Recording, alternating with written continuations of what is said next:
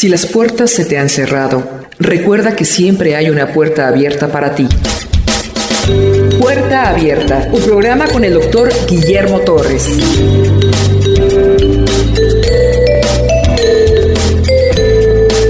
Juan capítulo 5, el paralítico de Betesda. Después de estas cosas, lo de la samaritana. Unos meses después, Jesús subió a Jerusalén en una fiesta. Extrañamente no dice cuál. Posiblemente la fiesta a la que asistió Jesús en esta ocasión fue una de las 3 en las cuales se exigía que todo judío fuera a ella cada año, que es la fiesta de la Pascua, los tabernáculos y el Pentecostés. En una de esas 3, Jesús subió a Jerusalén. Juan empieza a narrar que en Jerusalén, en la muralla, hay una puerta. En ese presente histórico, en el año 70, Jerusalén fue destruida. Algunos piensan entonces que el Evangelio de Juan se escribió antes del año 70, porque él dice, hay una puerta y hay un estanque. Pero puede ser también que Juan narre en el presente histórico. Dice que hay un estanque, se llama estanque de Betesda o estanque de la misericordia. Hay en Jerusalén, cerca de la puerta de las ovejas, un estanque llamado Betesda, el cual tiene 5 pórticos. Este estanque, esta piscina, dicen que tenía un agua rojiza, que la gente creía que era curativa. Era una piscina grande. De hecho, en el año 1800 y fracción se descubrió, algunos creen que sí es Betesda ese lugar, también se descubre un fresco donde está un ángel agitando el agua y está cerca de donde estaba la puerta de las ovejas. Los pórticos son columnatas techadas. Eran 5 pórticos donde los miserables podían resguardecerse del sol y de la lluvia. Ahí hay pura gente enferma, amolada, miserables.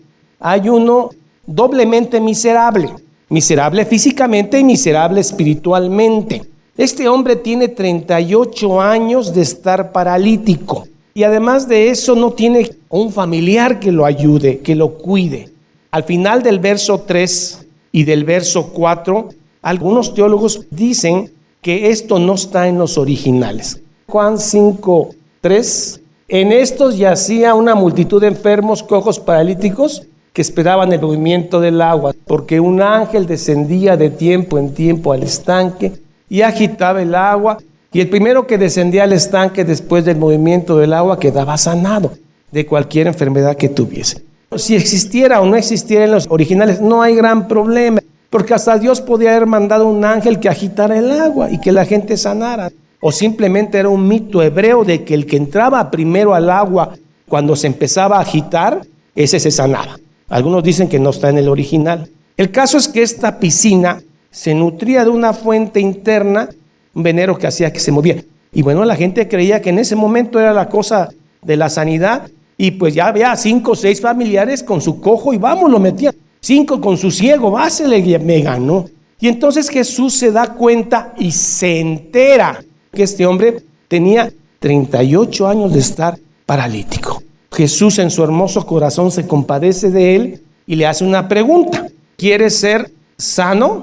Y la respuesta de él no es la correcta. No es, Señor, sáname, tú eres Dios. No, empieza a refunfuñar con resentimiento y rencor. Señor, le respondió el enfermo, no tengo quien me mete en el estanque cuando se agite el agua, y entre tanto que yo voy, desciende otro antes que yo. ¿Tú, forastero, puedes ayudarme? Se dan cuenta que él no tiene ni idea de quién está junto a él. Y hay algo extraño. Toda la gente está en los pórticos viendo el movimiento del agua, atento al movimiento del agua porque puede en cualquier momento.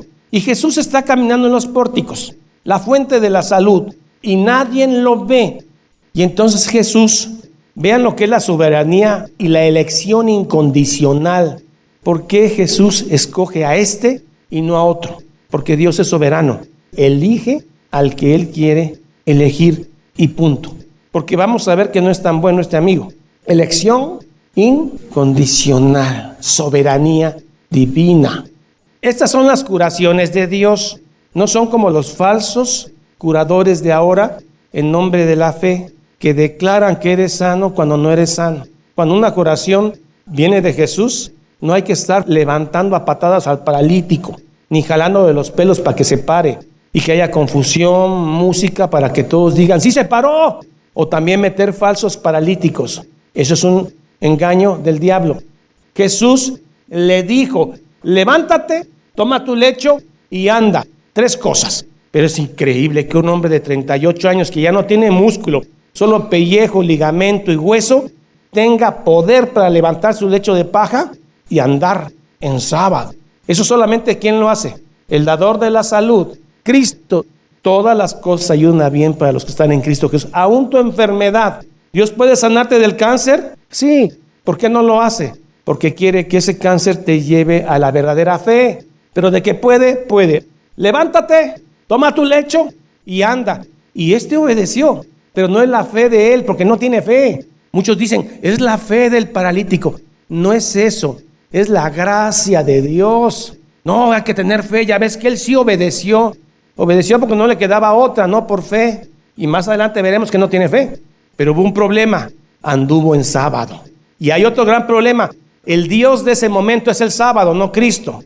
El sábado, el capítulo 5 del verso 1 al 18, se lo quiero dividir en 3 partes. El milagro del paralítico es una parte. Esa parte es hasta el 9. La segunda parte se llama el maestro es perseguido. Y la tercera parte, homicidio planeado. Entonces los judíos dijeron a aquel que había sido sanado, mire qué infames, no les importó el milagro, les importó más el sábado, que había violado el sábado. Y esas reglas no solamente las había puesto Dios en su contexto, sino que ellos la habían aumentado. Es día de reposo, no te es lícito llevar tu lecho. En el sábado no se trabaja. ¿Eso desde dónde viene? Desde los 10 mandamientos, desde Éxodo 20, del 8 al 41.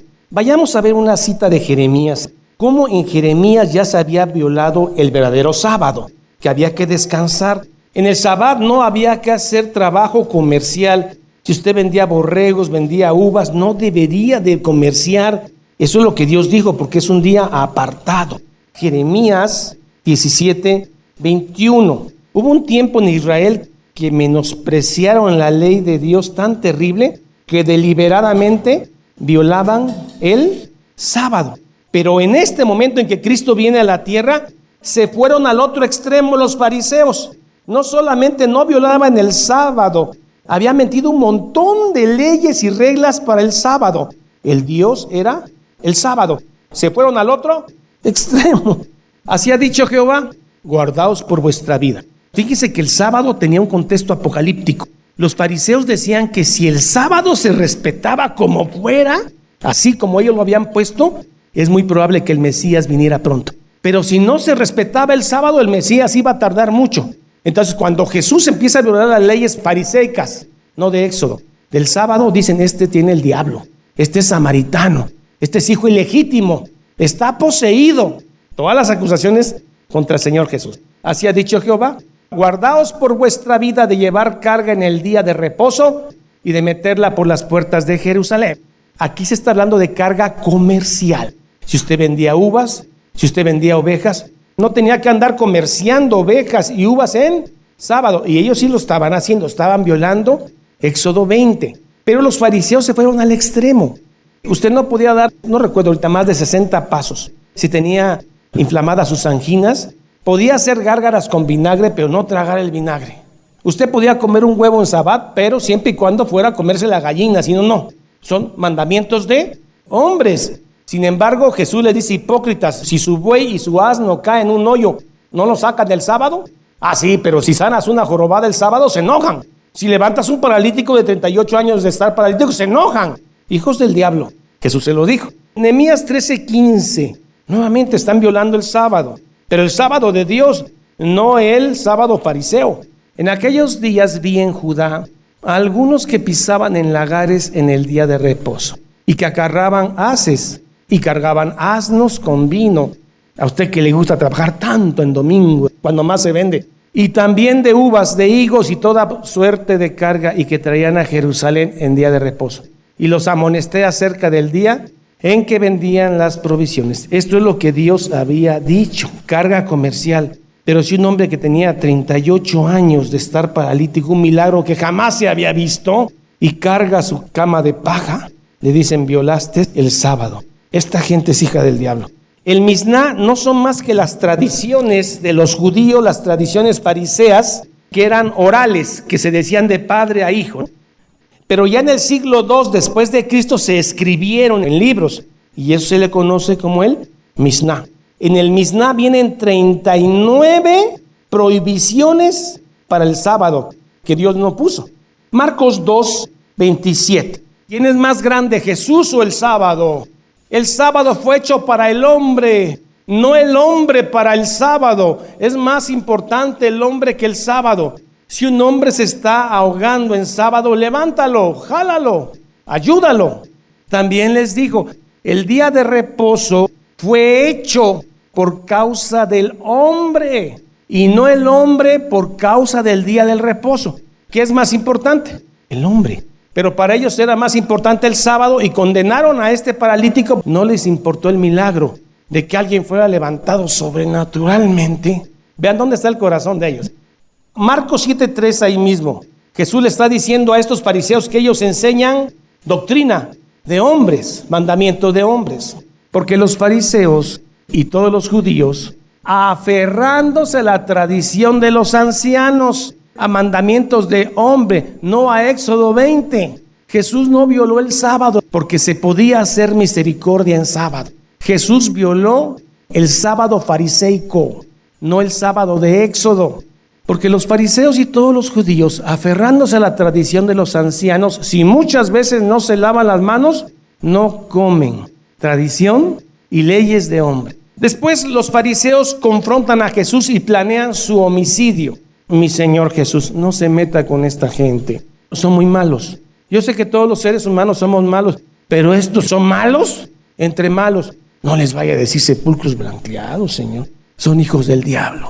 Y todo eso Jesús lo sabía. Les dijo, ustedes, su padre no es Abraham, su padre es el diablo. Son homicidas, buscan matarme. Y un hijo de Dios no hace eso. Juan 8:43. Jesús en un momento dado, cuando está confrontándose con los fariseos más adelante, dice, ¿por qué no me entienden? Ya les dije que yo soy. ¿Por qué no entienden mi lenguaje? ¿Por qué no podéis escuchar mi palabra? Y la respuesta viene aquí. Vosotros sois de vuestro padre, el diablo. Ya sabemos qué esperar de ellos. Usted no puede esperar de un hijo del diablo misericordia. Cuando Pilato intenta salvar en un sentido a Jesús y dice, aquí tenemos a Barrabás, este es malo. No queremos a Barrabás, queremos a ese falso Mesías. Eran los representantes de la religión de esa época, pero su papá era el diablo. Vosotros sois de vuestro padre el diablo. El que no recoge conmigo, contra mí es. Y los deseos de vuestro padre queréis hacer. ¿Y cuáles son los deseos del diablo desde el principio? Él ha sido homicida. Son hijos del diablo. Pero Jesús vino a eso. Y él solo se enfrentó a toda la máquina religiosa más poderosa que ha existido. Comprometido con la verdad, comprometido con el Padre y comprometido con el Espíritu Santo.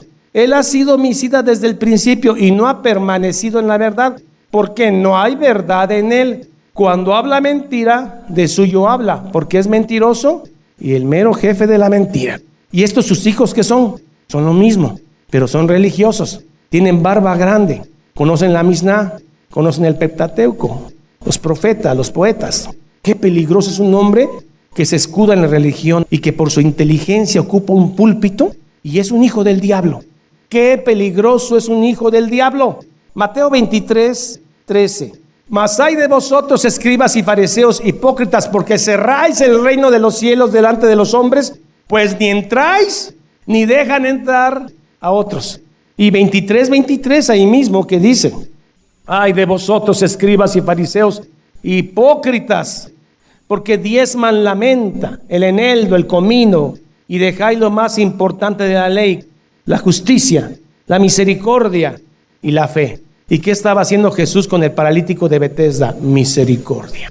Es necesario diezmar al pueblo judío sin dejar de hacer aquello. Con esta calidad de gente se está poniendo Jesús, que está defendiendo un falso sábado. Volvamos al texto. ¿Quieres ser sano? Se da la curación.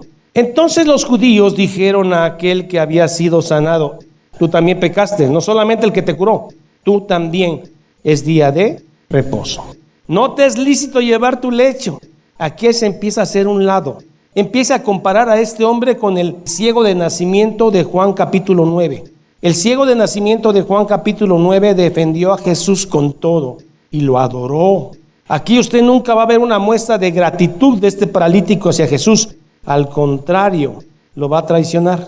Le echó la culpa, ¿no? Le preguntaron: ¿quién es el que te dijo toma tu lecho y anda? El que había sido sanado no sabía quién fuese, porque Jesús se había apartado de la gente que estaba en aquel lugar. Después se encuentra Jesús con este paralítico en el templo. Mira, has sido sanado, no peques más para que no te venga alguna cosa peor. El tema del pecado, porque ahora se está pensando que si usted comete un pecado, inmediatamente va a tener un daño físico. Y todo aquel que está enfermo es porque tiene pecado. ¿Quién tiene aquí diabetes? ¿Quién tiene cáncer? Usted algo hizo y aquí lo voy a liberar. Ponga su diezmo primero y lo libero. Como dijo Cash Luna, a Dios se le adora con la chequera. Eso dice el diablo. No peques más. Muchos predicadores piensan que este hombre 38 años atrás cometió un pecado especial que hizo que quedara paralítico. Y por eso Jesús le dice: no pequen otra vez porque te puede venir algo peor. Si usted lee una buena traducción, el texto diría así: mira, has sido sanado, no continúes pecando. Ay, Señor, pero ese paralítico, ¿cómo va a pecar? Piernitas amoladas. ¿Quién qué va a pecar? ¿No pecaba? ¿No tenía malos pensamientos? ¿No odiaba? ¿No estaba amargado? No continúes pecando, no sea que te suceda algo peor. ¿Qué puede ser peor que estar paralítico? Perderte para siempre. La Biblia exhorta a no pecar, pero hay gente que peca y no le pasa nada en su salud. Y hay gente piadosa que está enferma. El hombre se fue y dio aviso a los judíos y prefirió la lealtad a los fariseos que aquel que le había curado sus piernas después de 38 años. Compare a este hombre con el de Juan 9. Hay mucha diferencia. El otro adoró. Este hombre, ¿en qué momento está adorando? ¿En qué momento le está dando las gracias a Dios?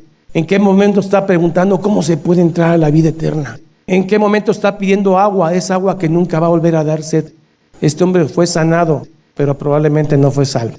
El hombre se fue y dio aviso a los judíos de que Jesús era el que le había sanado. Y por esta causa, los judíos perseguían a Jesús, procuraban matarle. ¿Quién hace esto? Un hijo del diablo. Y Jesús se los dijo. ¿Cuál era el problema? Que hacía esto en el día de reposo. Este es hijo del diablo, es hijo ilegítimo. Lo que hace lo hace por el poder de Belcebú. Es samaritano. Todo eso le dijeron porque amaba más el sábado. Jesús les respondió, hablando del sábado: mi Padre hasta ahora trabaja y yo trabajo. ¿En qué trabaja el Padre? En el Hijo. ¿Y en qué trabaja el Hijo? En la salvación del hombre, aunque sea sábado. No es que Dios se canse o se fatigue. Él puso el sábado para que el hombre descanse un día de sus labores. El sábado es un día que se aparta para descansar. No tiene que ser sábado. Sábado es día de descanso. Usted puede descansar un lunes, un miércoles. Jesús le respondió: mi Padre hasta ahora trabajo y yo trabajo. Por esto los judíos aún más procuraban matarle. Porque no solo quebrantaba el día del reposo, aunque realmente no lo quebrantaba, quebrantaba el sábado fariseico, sino que también decía que Dios era su propio Padre, haciéndose igual a Dios. Eso es lo que nunca le perdonaron. Vamos a pasar a otro capítulo que dice así: la autoridad del Hijo. ¿El Hijo es Dios? ¿Tiene poder? ¿Tiene autoridad? ¿Tiene juicio? ¿Tiene naturaleza? Sí. El Hijo es igual al Padre en obras. 1. En poder. 2. En juicio. 3. Respondió entonces Jesús y les dijo, un hombre carpintero enfrentándose a esta máquina malvada de religión, solito: de cierto os digo. ¿Qué es de cierto? Amén, amén. Pero le digo, cuiden el amén, hermano, porque para todo, amén. No No puede el Hijo hacer nada por sí mismo, sino lo que ve hacer al Padre. Porque todo lo que el Padre hace, también lo hace el Hijo igualmente. Es igual el Hijo al Padre en obras. El que ha visto al Hijo ha visto al Padre. Es igual en obras. Veamos que es igual en poder. Porque el Padre ama al Hijo y le muestra todas las cosas que Él hace. Y mayores obras que ésta les mostrará. De modo que vosotros os maravilléis, porque como el Padre levanta a los muertos y les da vida, así también el Hijo a los que quiere da vida. Igual en poder al Padre. Así como tiene poder el Padre de resucitar, también el Hijo. Porque como el Padre levanta a los muertos y les da vida, así también el Hijo. 22, igual en juicio. Porque el Padre a nadie juzga, sino que todo el juicio dio al Hijo, igual en juicio. Hay dos posibilidades. Este hombre está loco y es digno de misericordia. O dos, si es Dios, doble sus rodillas y adórele. El que no honra al Hijo, no honra al Padre que le envió. El que no honra al Hijo, testigos de Jehová, no honra al Padre. El que no dice que Cristo es Dios, el que dice que Cristo es Hijo de Dios creado, no honra al Hijo, tampoco honra al Padre. Por más puertas que toquen y visiten, por más bien intencionados que sean, por más vida moral que lleven, si no honran al Hijo como Dios mismo, consustancial al Padre, no honran al Padre y no verán el reino. Lo verá en el día del juicio. El que no honra al Hijo como Dios, no honra al Padre. Ahora van a ver la doble resurrección que Jesús va a dar aquí. De cierto os digo, el que oye mi palabra, por supuesto la cree, y cree al que me envió, tiene vida eterna y no vendrá a condenación, mas ha pasado de muerte a vida. El que cree en Cristo Jesús como Dios, consustancial al Padre y al Espíritu Santo, y ama al Señor, ha pasado de muerte a vida eterna. 26. De cierto, amén, amén, os digo, viene la hora, y ahora es. Primera resurrección. Cuando Jesús viene, todos están muertos en delitos. Cuando los muertos vivos oirán la voz del Hijo de Dios, y los que la oyeren vivirán. Primera resurrección. Los que oyeron la palabra de Dios cuando Jesús vino. Y después los que hemos creído vivirán. Pero ¿cómo? Si estábamos vivos, comíamos. No, estaban muertos. Pero al haber oído y creído, pasaron de muerte a vida. Primera resurrección. Porque como el Padre tiene vida en sí mismo, así también ha dado al Hijo el tener vida en sí mismo, ser Dios en sí mismo. Todas las cosas proceden del Padre. Y también le dio autoridad de hacer juicio por cuanto es el Hijo del Hombre. ¿Y eso qué quiere decir? Si estábamos del cielo y ahora dicen ya Hijo de Hombre, Daniel 7, 13, 14. Veamos este término. El Hijo del Hombre, que Jesús dice mucho de él. Veamos Daniel. Es una visión apocalíptica de Daniel. Miraba yo en la visión de noche, y he aquí con las nubes del cielo venía uno, como un Hijo de Hombre, Jesús. Visión apocalíptica. Que vino hasta el anciano de días, el Padre. Es para que usted entienda que el Padre tiene tiempo, pero no es un viejito, pues. Dios es espíritu. El único que es carne es Jesús, uno como Hijo de Hombre. Jesús se hizo hombre. Ahora regresemos al texto. Y también le dio autoridad de hacer juicio por cuanto es el Hijo del Hombre que se acercó al anciano de días en la visión final. Es Dios. Pero no se maravillen que levanté un paralítico, ni que convertí el agua en vino, ni que sané al hijo del oficial en Galilea. No se maravillen de eso, porque vendrá hora cuando todos los que están en los sepulcros oirán su voz. Segunda venida de Cristo, los que estén muertos en su sepulcro o sean cenizas, van a oír la voz de Dios y se van a levantar todos, buenos y malos, unos para un lado, otros para otro. Vamos a ver. Y los que hicieron lo bueno, ¿quiénes son los que hicieron lo bueno si todos somos malos? Los que creyeron en Cristo. Y los que hicieron lo bueno saldrán a resurrección de vida eterna. Mas los que hicieron lo malo a resurrección de condenación. Segunda resurrección. Unos para el lago de fuego y otros para la gloria con Cristo. Terminamos con los testigos de Cristo. No puedo yo hacer nada por mí mismo. Según oigo, así juzgo. ¿A quién oye? Al Padre. Según oigo, así juzgo. Y mi juicio es justo. Si alguien se pierde acá, Dios es justo. Y mi juicio es justo porque no busco mi voluntad, sino la voluntad del que me envió, la del Padre. Ahorita usted sí lo entiende bien y dice, ay, qué bueno. Pero para un fariseo esto le está pegando. Si yo doy testimonio acerca de mí mismo, mi testimonio no es verdadero. Siempre hay alguien que debe dar testimonio. Pero Jesús no recibe de testimonio de hombre, ni de Juan el Bautista. Jesús recibe testimonio del Padre. Otro es el que da testimonio acerca de mí. Y sé que el testimonio que da de mí es verdadero. Y uno piensa que es Juan el Bautista. Vosotros enviasteis mensajeros a Juan y él dio testimonio de la verdad. Pero yo no recibo testimonio de hombre alguno. Mas digo esto para que vosotros seáis salvos. Él era, hablando de Juan, él era antorcha que ardía y alumbraba. Y vosotros quisisteis regocijaros por un tiempo en su luz de una u otra manera. Mas yo tengo mayor testimonio que el de Juan, porque las obras que el Padre me dio para que cumpliese las mismas obras que yo hago, dan testimonio de mí, que el Padre me ha enviado. También el Padre que me envió ha dado testimonio de mí. Este es el verdadero testimonio, el testimonio del Padre. Nunca habéis oído su voz ni habéis visto su aspecto. ¿Cómo? ¿Y Moisés en la zarza? ¿Y todas las teofanías del Antiguo Testamento qué? No era el Padre, era Cristo. Porque al Padre nadie lo ha visto ni ha oído su voz. La voz que oyeron fue de Jehová Hijo, no Jehová Padre.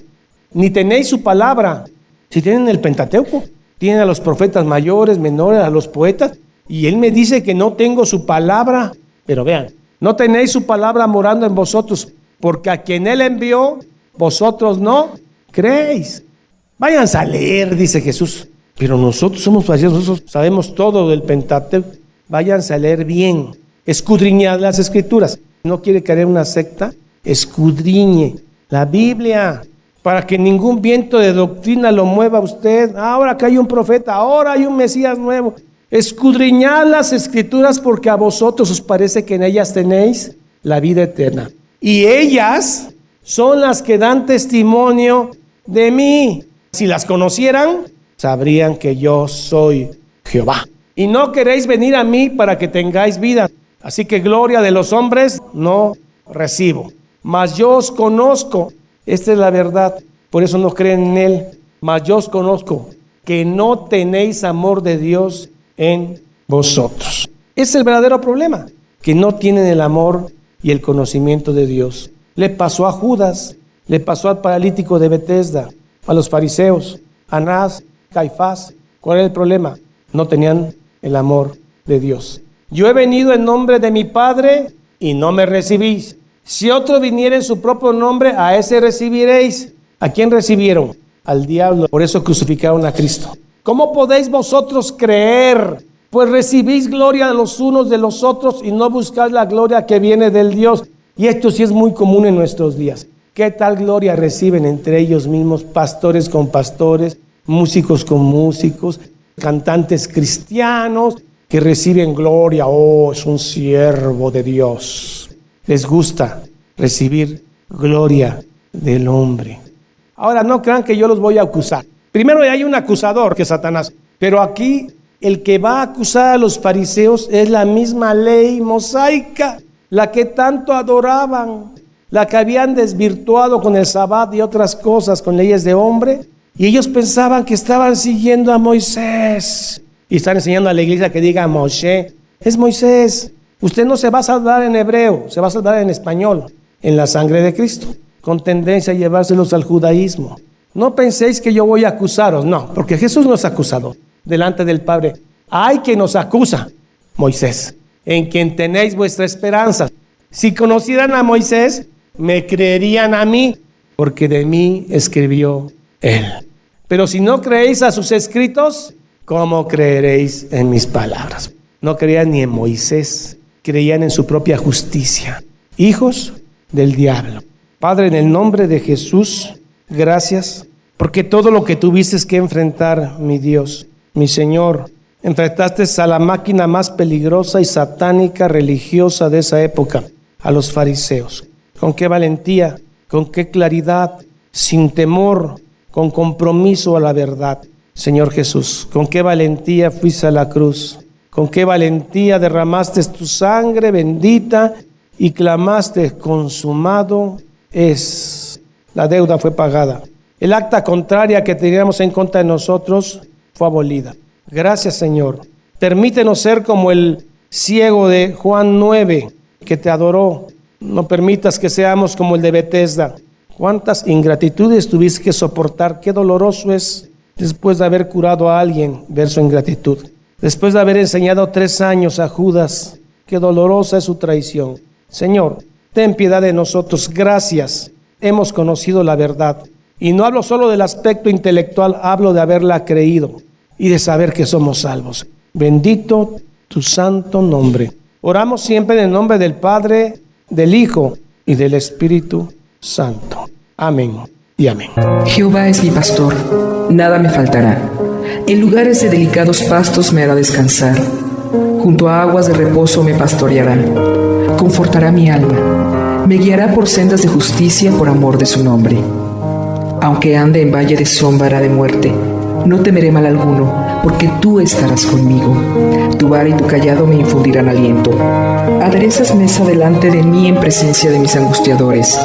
Unges mi cabeza con aceite, mi copa está rebosando.